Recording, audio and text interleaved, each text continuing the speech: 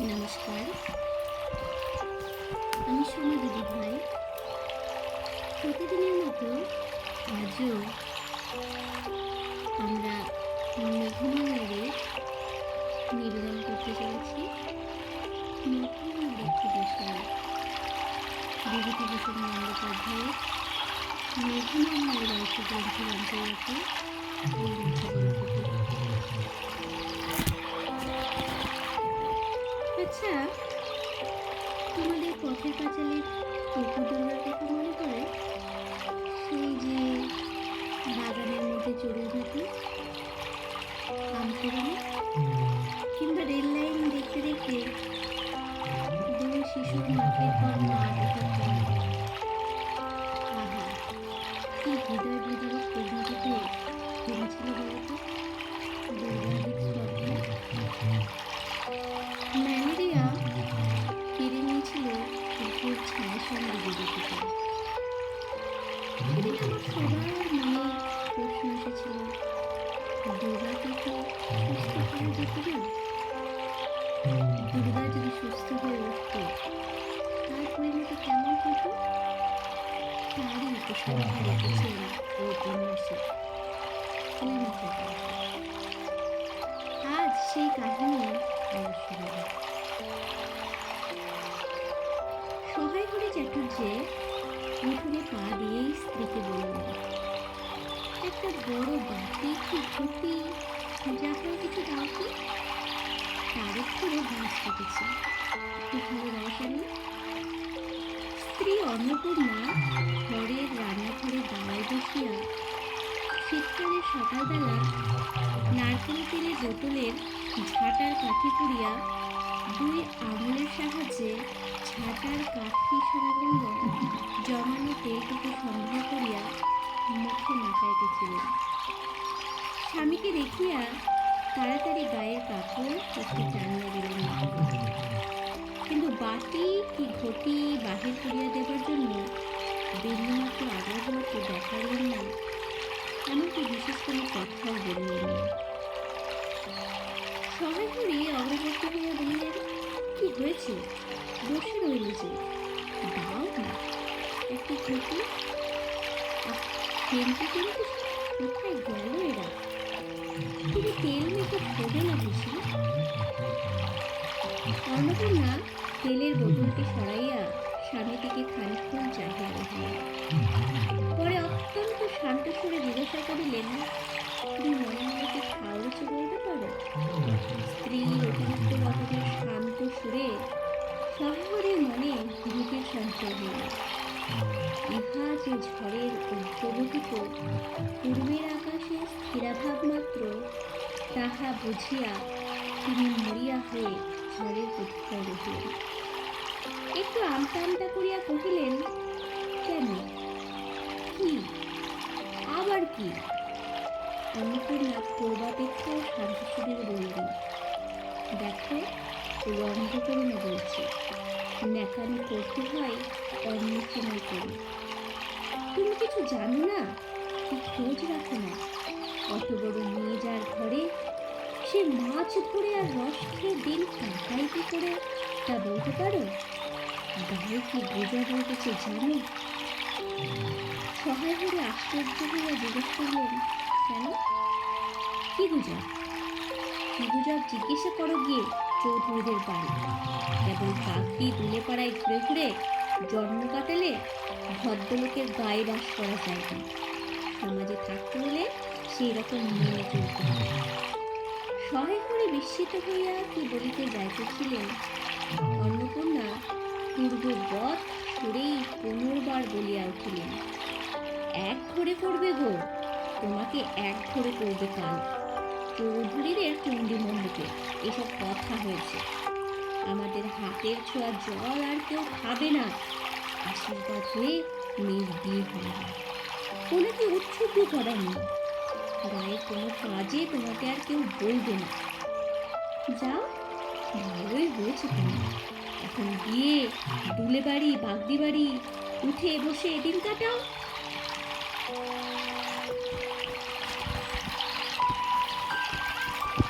শহরে তাচ্ছিল্যের ভাব প্রকাশ করিয়া বলিলেন, এই আমি বলি, না জানি কি ব্যাপার, এক ঘরে সবাই এক ঘরে পড়েছেন, এবার বাকি আছেন কালিময় ঠাকুর। ও, অন্নপূর্ণা তেলে বেগুনে জ্বলিয়া উঠিলেন। কেন, তোমাকে এক ঘরে করতে বেশি কিছু লাগে নাকি? তুমি কি সমাজের মাথা, না একজন মাতব্বর লোক? চাল নেই, চুলো নেই, এক করার মুরদ নেই, চৌধুরীরা তোমায় এক ঘরে করবে, তার এমন কঠিন কথা কি? আর সত্যি তো, এদিকে ধাড়ি মেয়ে হয়ে উঠল। হঠাৎ স্বর নামাইয়া বলিলেন, হলো যে 15 বছরে, বাইরে ঘুমিয়ে বলে বেড়ালে কি হবে? লোকের চোখ নেই। পুনরায় গলা উঠাইয়া বলিলেন, না বিয়ে দেবার গা, না কিছু। আমি কি যাব পাত্র ঠিক করতে? শ্বশুরের যতক্ষণ স্ত্রীর সম্মুখে বর্তমান থাকিবেন, স্ত্রীর গলার সুর ততক্ষণ কমিবার কোনো সম্ভাবনা নাই। বসিয়া সহায় হরি দাওয়া হইতে তাড়াতাড়ি একটি কাঁসার বাটি উঠাইয়া লইয়া খিড়কি দুয়ার লক্ষ্য করিয়া যাত্রা করিল। কিন্তু খিড়কি দুয়ারের একটু এদিকে কি দেখিয়া হঠাৎ থামিয়া গেলেন এবং আনন্দপূর্ণ স্বরে বলিয়া উঠলেন, এসব কি রে কেন্টিমা, এসব কোথা থেকে আনলি? ও, এ যে 14-15 বছরের একটি মেয়ে আর দুটি ছোট ছোট মেয়ে পিছনে লইয়া বাড়ি ঢুকিল। তাহারা হাতে এক বোঝা পুঁই শাক, ডাটাগুলি মোটা ও হলদে। হলদে চেহারা দেখিয়া মনে হয় তাহারা পাকা পুঁই গাছ উপড়াইয়া ফেলিয়া উঠানের জঙ্গল তুলিয়া দিতেছিল। মেয়েটি তাহাদের উঠানের জঞ্জাল প্রাণপণে তুলিয়া আনিয়াছে। ছোট মেয়ে দুটির মধ্যে একজনের হাত খালি, অপরটির হাতে গোটা 2-3 পুঁই পাকা জড়ানো কোনো দ্রব্য। বড় মেয়েটি খুব লম্বা, গোলগাল চেহারা, মাথার চুলগুলো কৃষ্ণ ও অগোছালো, বাতাসে উঠেছে। মুখখানা খুব বড়, চোখগুলো ডাগর ডাগর ও শান্ত। সরু সরু কাঠের চুলগুলো 2 পয়সা ডজনের একটু সেপটেপেন দিয়া একত্র করিয়া আটকানো। তিনটির বয়স খুঁজিতে যাইলে তা ঐতিহাসিক যুগে গিয়া বলতে হয়। এই বড় মেয়েটির নামই বোধ হয় খেন্তি, কারণ সে তাড়াতাড়ি পিছনে ফিরিয়া তাহার পশ্চাদধ্যানীর হাত হইতে পুঁই পাতা জড়ানো দ্রব্যটি লইয়া নড়িয়া ফিরিয়া বলিল, চিংড়ি মাছ বাবা। গয়াবুড়ির কাছ থেকে রাস্তায় নিলাম, দিতে চায় না, বলে তোমার বাবার কাছে 8 দিনে তো 2 পয়সা বাকি আছে। আমি বললাম, দাও গয়া পিসি, আমার বাবা কি তোমার 2 পয়সা নিয়ে পালিয়ে যাবে? আর এই পয়সাগুলো হাতে তারে রায় টাকা দিয়ে বললে, নিয়ে যা, কেমন মোটা মোটা। অন্নপূর্ণা দাঁড়া হইতে অত্যন্ত ঝাঁঝের সহিত চিৎকার করে ওঠে, নিয়ে যা, আহা কি অমুক্তই তোমাকে তাহারা দিয়েছে। পাকা পুঁই ডাঁটা কাঠ হয়ে গিয়েছে, 2 দিন করে ফেলে দিত, নিয়ে যা। আর উনি তাদের আগাছা উঠিয়ে নিয়ে এসেছে, ভালোই হয়েছে, তাদের আর নিজেদের কষ্ট করে কাটতে হলো না। যত পাথুরে বোকা সব মরতে আসে আমার ঘরে, ধাঁড়ি মেয়ে। বলে দিয়েছি না তোমাদের বাড়ির বাইরে কোথাও পা দিও না, লজ্জা করে না এ পাড়া সে পাড়া করে বেড়াতে? বিয়ে হলে তো 4 ছেলের মা হতে, তার নামে আর জ্ঞান থাকবে না। কোথায় শাক, কোথায় বেগুন, আর একজন বেড়াচ্ছেন কোথায় রস, কোথায় ছাই, কোথায় পাশ। ফেল বলছি ওসব, ফেল। মেয়েটি শান্ত অথচ ভয় মিশ্রিত দৃষ্টিতে মার দিকে চাহিয়া তাহার হাতের বাঁধন আলগা করিয়া দিল। পুঁই শাকের বোঝা মাটিতে পড়িয়া গেল। অন্নপূর্ণা বকিয়া চলিলেন, যা তো রাধি, ও আপদগুলো টেনে খিড়কির পুকুরের ধারে ফেলে দিয়ে আয় তো। ফের যদি বাড়ির বার হতে দেখেছি তবে ঠ্যাং ফোড়া না করিত। বোঝা মাটিতে পড়িয়া গিয়াছিল। ছোট মেয়েটি কলের পুতুলের মতো সেগুলি তুলিয়া লইয়া খিড়কির অভিমুখে চলল। কিন্তু ছোট মেয়ে এত বড় বোঝা আঁকড়াইতে পারল না। অনেকগুলি ডাটা এদিকে ওদিকে ঝুলিতে ঝুলিতে চলল। সবাই করি ছেলেমেয়েরা তাহার মাকে অত্যন্ত ভয় করিত। সহায় করে আমটা আমটা করিয়া বলিতে গেলেন, তাই এনেছে ছেলে মানুষ খাবে বলে, তুমি আবার বরং পুঁইশাকের বোঝা লইয়া যাইতে যাইতে। ছোট মেয়েটি ফিরিয়া দাঁড়াইয়া মার মুখের দিকে চাইল। অন্নপূর্ণা তাহার দিকে চাহিয়া বলিলেন, না না, নিয়ে যা, খেতে হবে না। মেয়ে মানুষের আবার অত নোলা কিসের? এক পাড়া থেকে আর এক পাড়ায় নিয়ে আসা দুটো পাকা পুঁইশাক ঢুকে করে। যা যা, তুই যা, দূর করে বনে দিয়ে আয়। সহায়কের বড় মেয়েটি মুখের দিকে চাহিয়া দেখিল, তাহার চোখ দুটা জলে ভরিয়া আসিয়াছে। তার মনে বড় কষ্ট হইল। কিন্তু মেয়ের যতই সাধের জিনিস হোক, পুঁইশাকের পক্ষ অবলম্বন করিয়া দুপুরবেলা স্ত্রীকে চটাইতে তিনি আদৌ সাহসী হইলেন না। নিঃশব্দে খিড়কির দৌড় দিয়া বাহির হইয়া গেলেন। বসিয়া রাঁধিতে রাঁধিতে বড় মেয়ের মুখের কাতর দৃষ্টি স্মরণ করিয়া সঙ্গে সঙ্গে অন্নপূর্ণার মনে পড়ল গত অরন্ধনের পূর্বদিন বাড়িতে পুঁইশাক রান্নার সময় খেলতে আবদার করিয়া বলিয়াছিল, মা, অর্ধেকগুলো কিন্তু আমার একা, অর্ধেক সব মিলে তোমাদের। বাড়িতে কেউ ছিল না। তিনি নিজে গিয়া উঠানের ও খিড়কির দৌড়ের আশেপাশে যে ডাটা পড়িয়াছিল সেগুলি কুড়াইয়া লইয়া আসিলেন। বেকার ঘাড়ে ছায়ার গাদায় ফেলিয়া দিয়াছে। কুচু চিংড়ি দিয়া এইরূপে চুপি চুপি পুঁইশাকের তরকারি রাঁধিলেন। দুপুরবেলা খেন্তির পাতে পুঁইশাকের চচ্চড়ি দেখিয়া বিস্ময় ও আনন্দে ডাগর চোখ মায়ের দিকে ভয় ভয় চাহিল। দু একবার এদিকে ওদিকে ঘুরিয়া আসিতেই অন্নপূর্ণা দেখিলেন উক্ত পুঁইশাকের এক টুকরাও তাহার পাতে পড়িয়া নাই। পুঁইশাকের ওপর তাহার এই মেয়েটির কিরূপ লোভ তাহা তিনি জানতেন। জিজ্ঞাসা করিলেন, কি রে খেন্তি, আর একটু চচ্চড়ি দিন। খেন্তি তৎক্ষণাৎ ধার নাড়িয়া এই আনন্দজনক প্রস্তাব সমর্থন করিল। কি ভাবিয়া অন্নপূর্ণার চোখে জল আসিল। চাপিতে গিয়া তিনি চোখ উঁচু করিয়া চালের বাতায় গোজা ডালা হইতে শুকনা লঙ্কা পাড়িতে লাগিলেন। কালীময়ের চণ্ডী মণ্ডপে সেদিন বৈকালবেলা সহহরির ডাক পড়ল। সংক্ষিপ্ত ভূমিকা ফাঁদিবার পর কালীময় উত্তেজিত সুরে বলিলেন, সেসব দিন কি আর আছে ভাইয়া? এই ধরো কেষ্টমো খুঁজছে, স্বভাব নইলে পাত্র দেবে না। স্বভাব নইলে পাত্র দেবে না করে কি কাণ্ডই করলে! অবশেষে কিনা হরির ছেলেটাকে ধরে পেরে মেয়ের বিয়ে দিয়ে তবে রক্ষে। তার কি স্বভাব রাম বলো! ৬-৭ পুরুষের ভঙ্গ, পচা ক্ষত্রিয়। পরে সুর নরম করে বললেন, সমাজের সেসব শাসনের দিন কি আর আছে? দিন দিন চলে যাচ্ছে, বেশি দূরেই যায় কেন?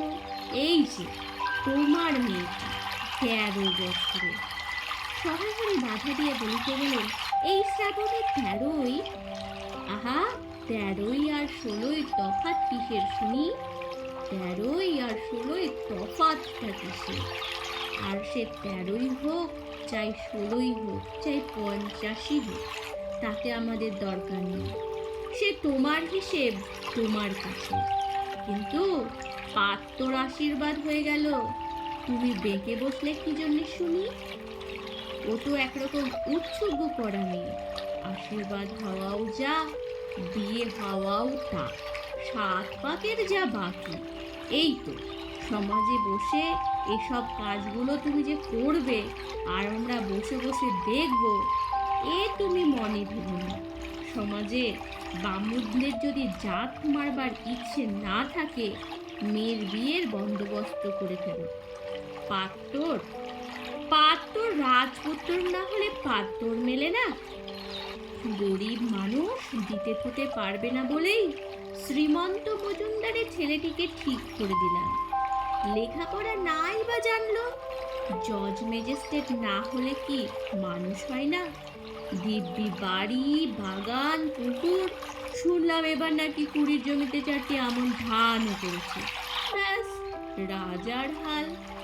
2 ভাইয়ের অভাব কি?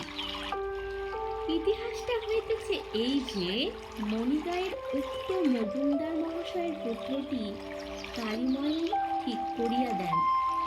কেন কালীময় মাথা ব্যথা করিয়া সহায় হরির মেয়ের বিয়ের সম্বন্ধ মজুমদার মহাশয়ের ছেলের সঙ্গে ঠিক করিতে গেলেন, তাহার কারণ নির্দেশ করিতে যাইয়া কেহ কেহ বলেন যে কালীময় মজুমদার মহাশয়ের কাছে অনেক টাকা ধারেন, অনেক দিন সুদ পর্যন্ত বাকি, শীঘ্র নালিশ হইবে ইত্যাদি। এগুজবে যে শুধু অবান্তর তাহাই নহে, ইহার কোনো ভিত্তি আছে বলিয়াও মনে হয় না। ইহা দুষ্টু পক্ষের রচনা মাত্র। যাহাই হোক, পাত্রপক্ষ আশীর্বাদ করিয়া যাওয়ার দিন কতক পরেই সহায় হরি টের পান পাত্রটি মাস কয়েক পূর্বে নিজের গ্রামে কি একটা করিবার ফলে গ্রামের এক কুম্ভকার বধূর আত্মীয় স্বজনের হাতে বেদম প্রহার খাইয়া কিছুদিন নাকি শয্যাগত ছিলেন। এরকম পাত্রে মেয়ে দেবার প্রস্তাব মনোপ্রত না হওয়ায় সহায় হরি সে সম্বন্ধ ভাঙ্গিয়া দেন। দিন 2 পরের কথা, সকালে উঠিয়া সহায় হরি উঠানে বাতাবি লেবুর গাছের ফাঁক দিয়া যেটুকু নিতান্ত কচি রাঙা রৌদ্র আসিয়াছিল, তাহারই আতপে বসিয়া আপন মনে তামাক টানিতেছিলেন। বড় মেয়ে খেন্তি আসিয়া চুপি চুপি বললেন, বাবা যাবে না? মা থাকি গেল।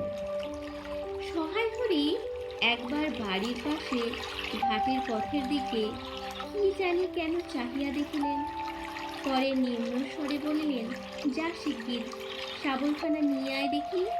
কথা শেষ করিয়া তিনি উৎকণ্ঠার সহিত জোরে জোরে তামাক টানিতে লাগলেন এবং পুনরায় একবার কি জানি কেন খিড়কির দিকে সতর্ক দৃষ্টি নিক্ষেপ করিলেন। ইতিমধ্যে প্রকাণ্ড ভারী একটা লোহার শাবল 2 হাত দিয়ে আঁকড়াইয়া ধরিয়া খেন্তি আসিয়া পড়িল। তৎপরে পিতা পুত্রীতে সন্তর্পণের সম্মুখের দরজা দিয়া বাহির হইয়া গেল। ইহাদের ভাব দেখিয়া মনে হইতেছিল ইহারা কাহারও ঘরে শীত দিবার উদ্দেশ্যে চলিয়াছে। অন্নপূর্ণা স্নান করিয়া সবে কাপড় ছাড়িয়া উনুন ধরাইবার জোগাড় করিতেছেন। মুখুজ্জে বাড়ির ছোট্ট খুকি দুর্গা আসিয়া বলিল, খুড়িমা, মা বলে দিলে, খুড়িমাকে গিয়ে বল মাছ হবে না, তুমি আমাদের নবান্নটা মেখে আর ইতর ঘটগুলো পার করে দিয়ে আসবে। মুখুজ্জে বাড়ি ও পাড়ায়। যাইবার পথে বাঁ ধারে এক জায়গায় শ্যাওড়া, ভাঁটবন, রাংচিতা, বনচালতা গাছের ঘন বন। শীতের সকালে এক প্রকার লতা পাতার ঘন গন্ধ বন হইতে বাহির হইতেছিল। একটা লেজঝোলা হলদে পাখি আমড়া গাছের এ ডাল হইতে ও ডাল যাইতেছে। দুর্গা আঙুল দিয়া দেখাইয়া বলিল, খুড়িমা, খুড়িমা, ওই যে কেমন পাখিটা। পাখি দেখিতে গিয়া অন্নপূর্ণা কিন্তু আর একটা জিনিস লক্ষ্য করিলেন। ঘন বনটার মধ্যে কোথাও এতক্ষণ খুব খুব করিয়া আওয়াজ হইতেছিল, কে যেন কি করিতেছে। দুর্গার কথার পরই হঠাৎ সেটা বন্ধ হইয়া গেল। অন্নপূর্ণা সেখানে খানিকক্ষণ থমকিয়া দাঁড়াইলেন, পরে চলিতে আরম্ভ করিলেন। তাহারা খানিক দূর যাইতেই বনের মধ্যে পুনরায় খুব খুব শব্দ আরম্ভ হইল। কাজ করিয়া ফিরিতে অন্নপূর্ণার কিছু বিলম্ব হইল। বাড়ি ফিরিয়া দেখিলেন খেন্তি উঠানে রৌদ্রে বসিয়া তেলের বাটির সম্মুখে লইয়া খোপা খুলিতেছে। তিনি তীক্ষ্ণ দৃষ্টিতে মেয়ের দিকে চাহিয়া দেখিয়া বললেন, এখনো নাইতে যাসনিস যে? কোথায় ছিলি এতক্ষণ? খেন্তি তাড়াতাড়ি উঠতে দিলেন, এই যে মা, যাই, এক্ষুনি যাবো আর আসবো। খেন্তি স্নান করিতে যাইবার একটুখানি পরেই সহায় হরি সহৎসাহে 15-16 সের ভারী একটা মেটে আলু ঘাড়ে করিয়া কোথা হইতে আসিয়া উপস্থিত হইলেন এবং সম্মুখে স্ত্রীকে দেখিয়া কৈফিয়তের দৃষ্টিতে সেদিকে চাহিয়া বলিয়াছিল, ওই যে ও পাড়ার ময়সা চৌকিদার রোজই বলে, কর্তা ঠাকুর, তোমার বাপ থাকতে তবু মাসে মাসে এদিকে তোমাদের পায়ের ধুলো পড়তো, তা আজকাল তো তোমরা আর আসো না।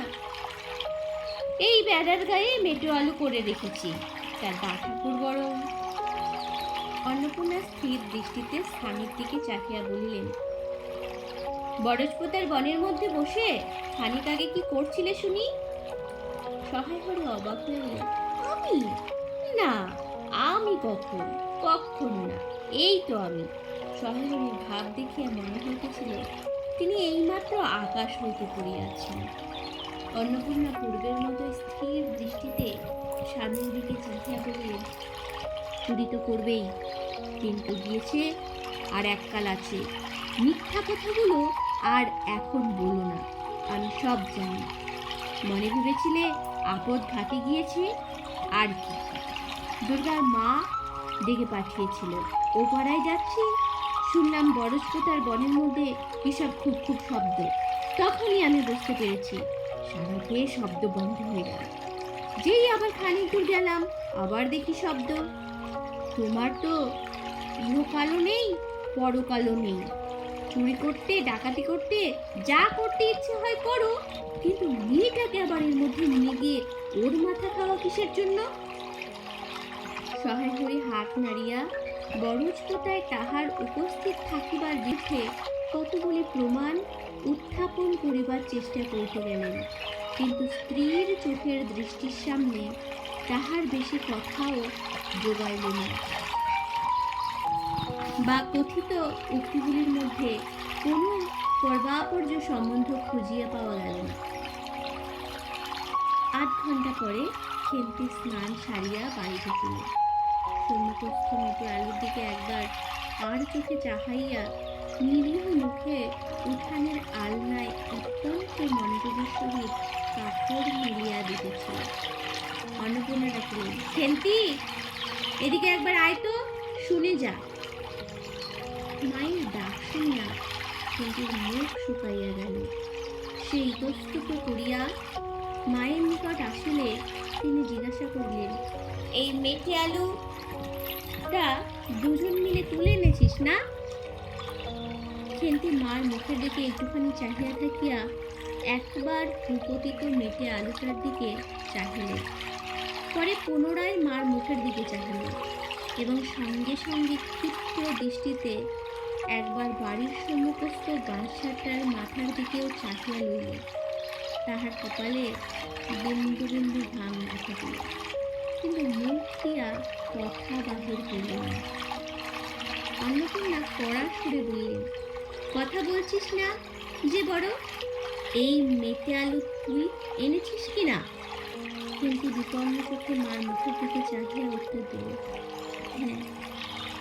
অন্নপূর্ণা তেলে বেগুনে জ্বলিয়া উঠে বললেন, পাজি, আজ তোমার পিঠে আমি আস্ত কাঠের চেলা ভাঙবো, তবে ছাড়বো।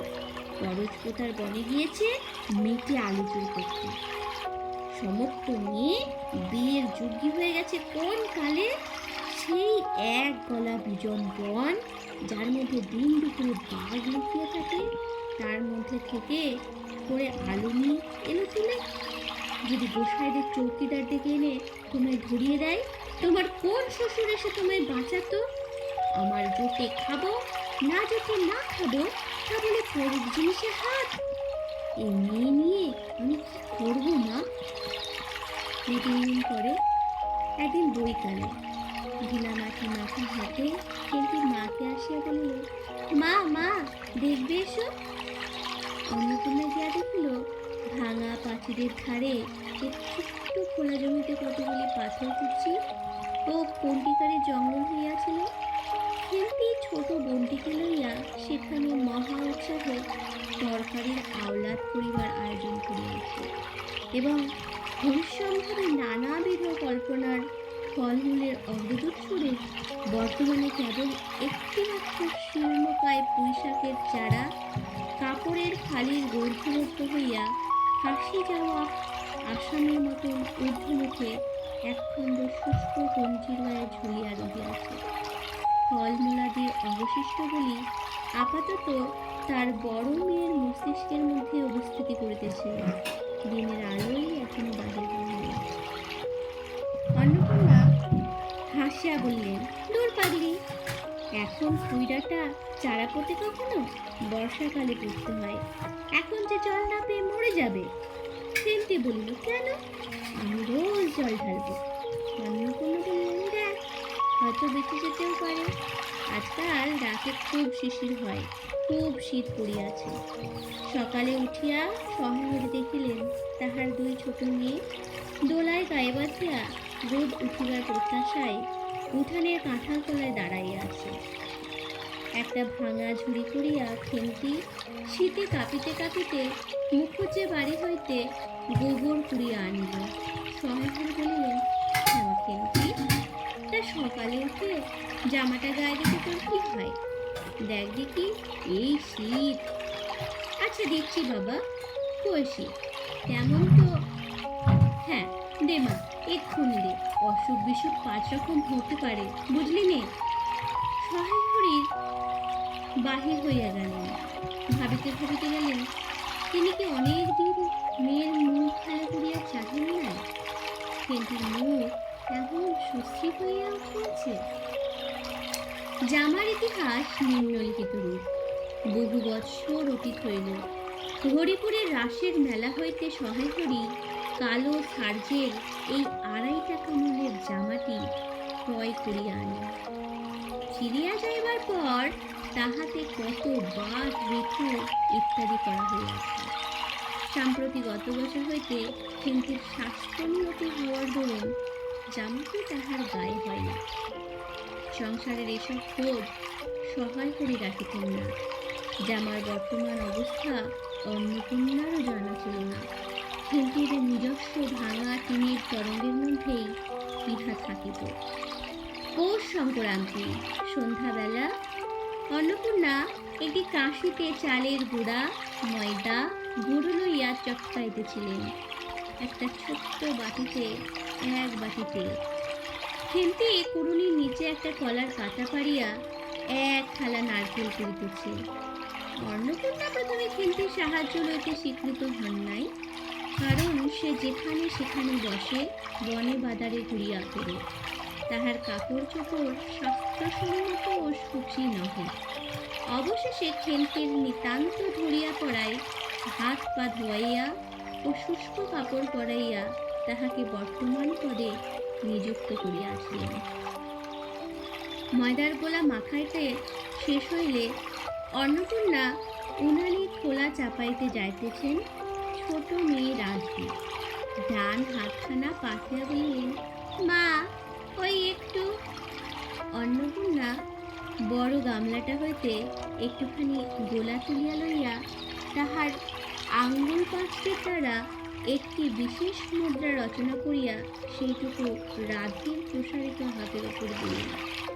মেজ মেয়ে পুটি অমনি ডান হাতখানা কাপড়ে তাড়াতাড়ি মুছিয়া লইয়া মার সামনে পাতিয়া বলিলেন, মা আমায় একটু। খেন্তু সূচিবস্ত্রে নারকেল কুড়িতে কুড়িতে লুব্ধ নেত্রে মধ্যে মধ্যে এদিকে চাহিতেছিল। এ সময় খাওয়াতে মা পাছে বকে, সে ভয়ে চুপ করিয়া রহিল। অন্নপূর্ণা বললেন, দেখি নিয়ে আই খেন্তি ওই নারকেলের মালাটা, ওতে তোর জন্য একটু রাখি। খেন্তি ক্ষিপ্র হস্তে নারকেলের মালাখানা যাহাতে ফুটা নাই সেইখানে সরাইয়া দিল। অন্নপূর্ণা তাহাকে একটু বেশি করিয়া ঢালিয়া দিলেন। মেজ মেয়ে পুটি বলিলেন, জ্যাঠাইমারা অনেকখানি রোগ নিয়েছে, রাঙা দিদি ক্ষীর তৈরি করেছিল। ওদের অনেক রকম হবে। খেন্তি মুখ খুলিয়া বলল, এবেলা আবার হবে নাকি? ওরা তো ওবেলা ব্রাহ্মণ নেমন্তন্ন করেছিল, সুরেশ কাকাকে আর ওপাড়ার তিনুর বাবাকে। ওবেলা তো পায়েস, ঝোলপুলি, মুখ তক্তি এইসব হয়েছে। পুটি জিজ্ঞেস করিল, হ্যাঁ মা, ক্ষীর না এলে নাকি পাটিসাপটা হয় না? খেদি বলিল, ক্ষীরের পুর না হলে কি আর পাটিসাপটা হয়? আমি বললাম, কেন? আমার মা তো শুধু নারকেলের ছাই দিয়েই করে, সে তো কেমন ভালো লাগে। অন্নপূর্ণা বেগুনের বোটায় একটুখানি তেল লইয়া খোলায় মাখাইতে মাখাইতে প্রশ্নের সদুত্তর খুঁজিতে লাগিলেন। খেন্তি বলল, খেদির ওসব কথা। খেদির মা তো ভারী পিঠে করে কিনা, ক্ষীরের পুর দিয়ে ঘিয়ে ভাজলেই কি আর পিঠে হলো? সেদিন জামাই এলে ওদের বাড়ি দেখতে গেলুম কিনা, তাই খুড়িমা দুখানা পাটিসাপটা খেতে দিল। ওয়া, কেমন একটা ধরা ধরা গন্ধ। আর মার পিঠেতে কখনো কোনো গন্ধ পাওয়া যায়? পাটিসাপটায় খেয়ে দিলে ছাই খেতে হয়।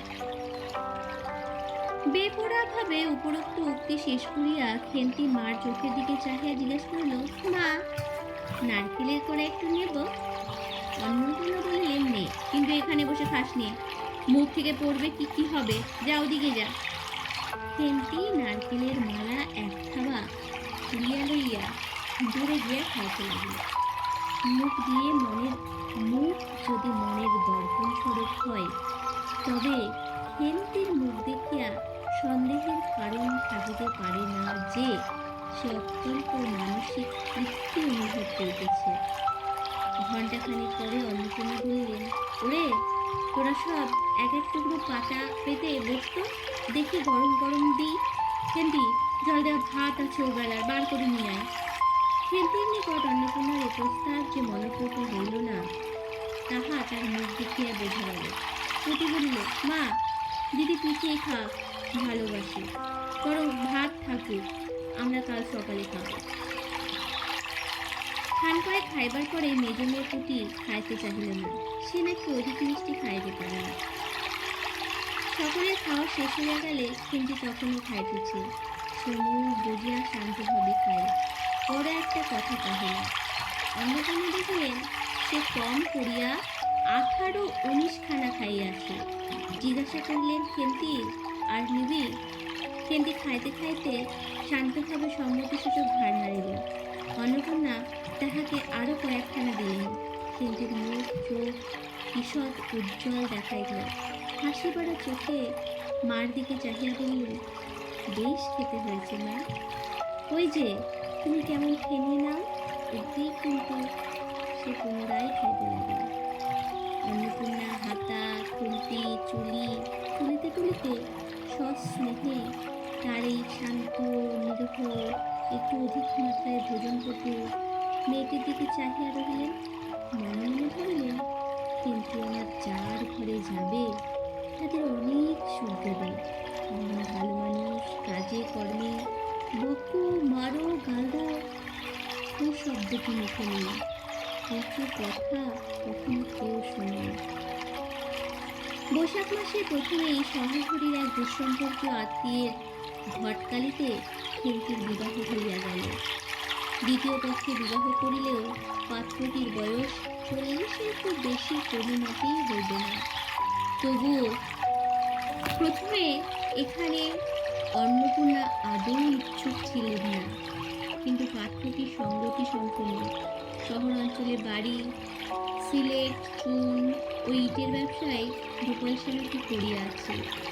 এরকম পাত্র হঠাৎ মেলাও বড় দুর্ঘটনা কিনা। জামাইয়ের বয়স একটু বেশি। প্রথম অন্নপূর্ণা জামাইয়ের সম্মুখে বাহির হইতে একটু সংকোচ বোধ করিতেছিলেন।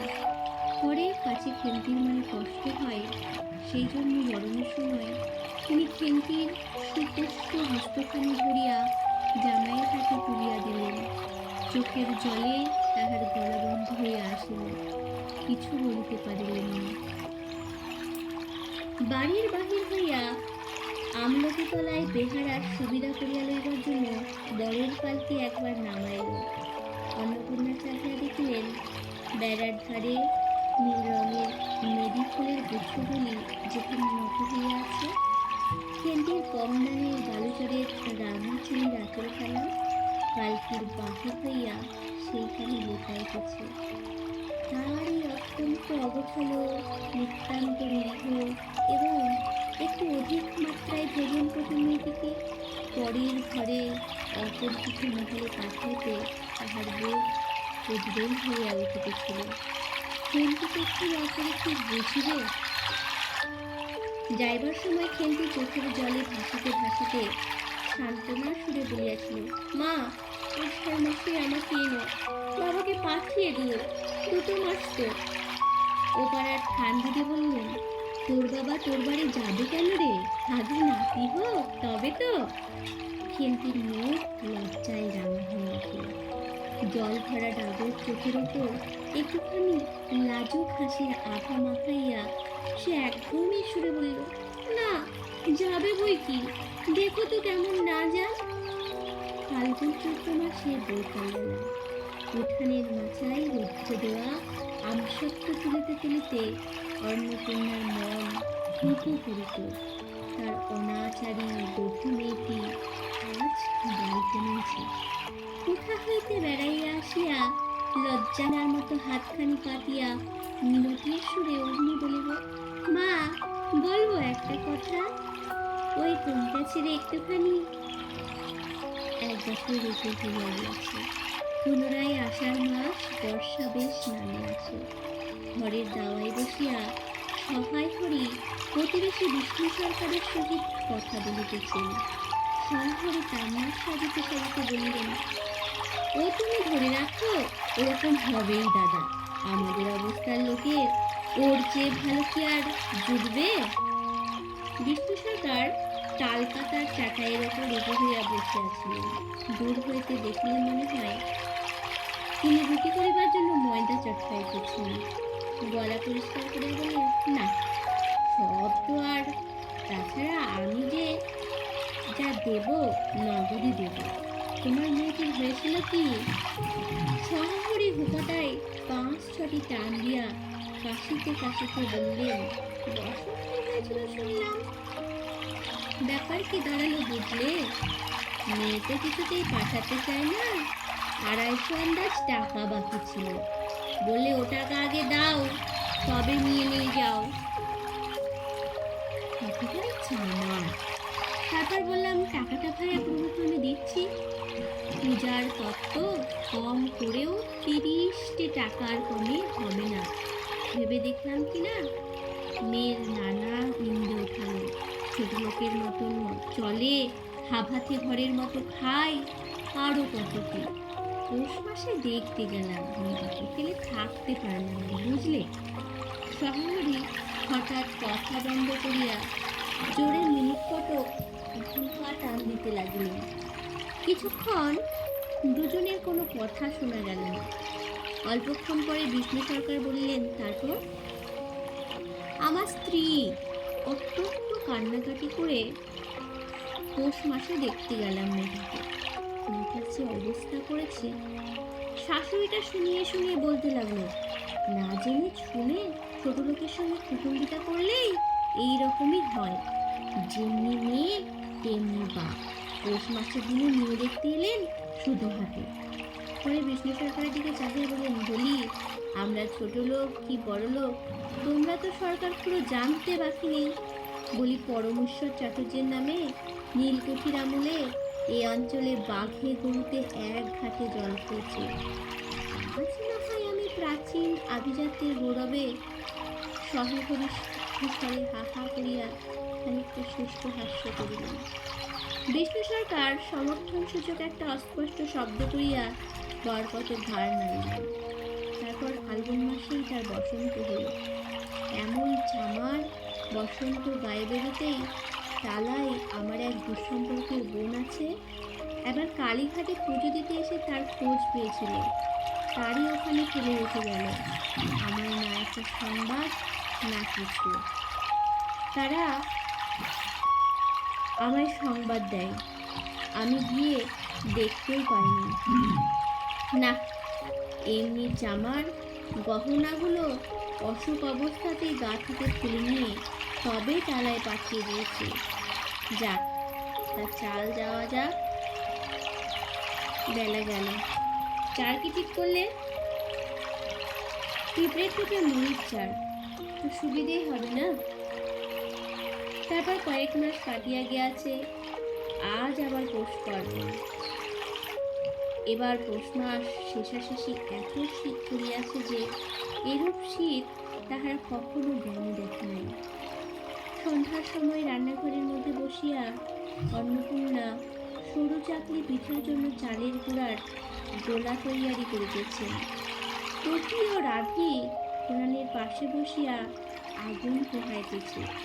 রাধি বলিতেছে, আর একটু জল দিতে হবে মা, অত ঘন করে ফেললে কেন? টুকি বলিল, আচ্ছা মা, ওতে একটু নুন দিলে হয় না?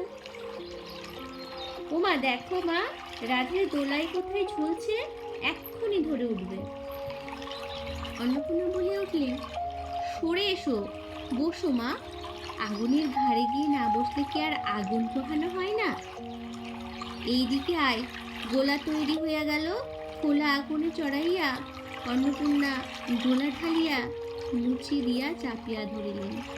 দেখিতে দেখিতে মিঠে আছে পিঠে টোপরের মতো ফুলিয়া উঠিল। টুটি বলিল, মা দাও, প্রথম পিঠেখানার কানাচে সারা ষষ্ঠীকে ফেলে দিয়ে আসি। অন্নপূর্ণা বলিলেন, একা যাসনে, রাতিকে নিয়ে যা। খুব জ্যোৎস্না উঠিয়াছে।